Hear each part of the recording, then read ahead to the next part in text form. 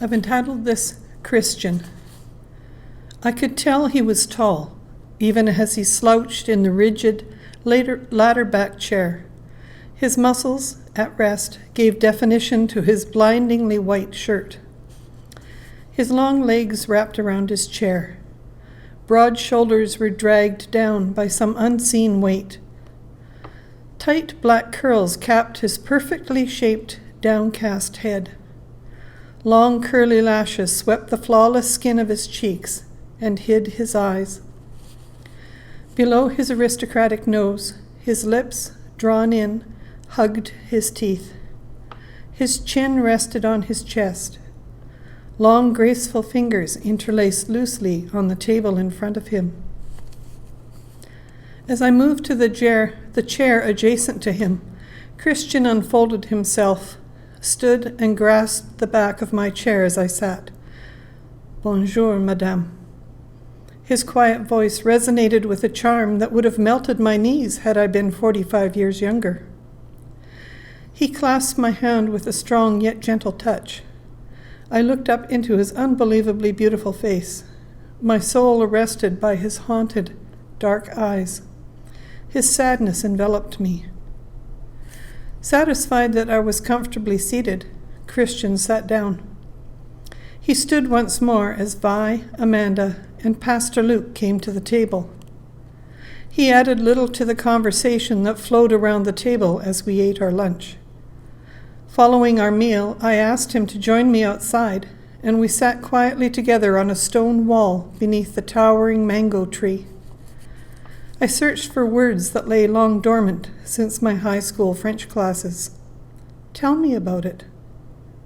Haltingly, with help from my Creole English dictionary, his high school English, and much patience, both of us striving for understanding, his story came out. He had been a student at the university in Port-au-Prince, studying to be an engineer. To be a pastor was his dream, but since this was an unpaid profession in Haiti, engineering would provide the funds to serve his passion. Christian grew up in the orphanage I was visiting in Grand Goave.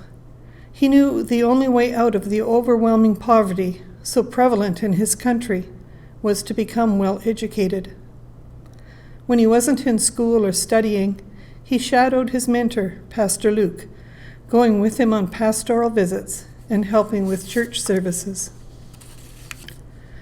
Christian was thrilled to be going to university and was lucky enough to live with his aunt, uncle, and cousins in the city.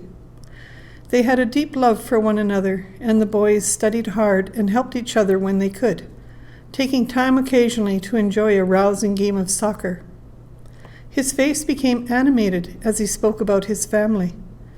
He talked about the amazing lunch they shared one day and the fun the cousins had teasing one another as they walked together to their afternoon classes. They hugged before going to their separate buildings. "See you back home for supper," they called. Only 5 students showed up for Christian's class, so the professor told the group to go off and use the allotted time as a study period. On campus, at 4:53, as Christian sat under a tree poring over his notes, the ground began to heave. The tree flopped this way and that. Startled, Christian scrambled away from the tree to the open field beyond and safety. Then he heard the sounds, the awful sounds. His body shuddered at the memory. He seemed to disappear within himself. Then he described the sight of the building collapsing, dust rising, people screaming. Everywhere he looked, concrete buildings were disintegrating. The building that housed his class was a pile of rubble. Instinctively, he ran the familiar route to his aunt and uncle's home. He recognized nothing on his way. He stopped, stared in disbelief at the mess that had been the neat and tidy home he left a short time ago.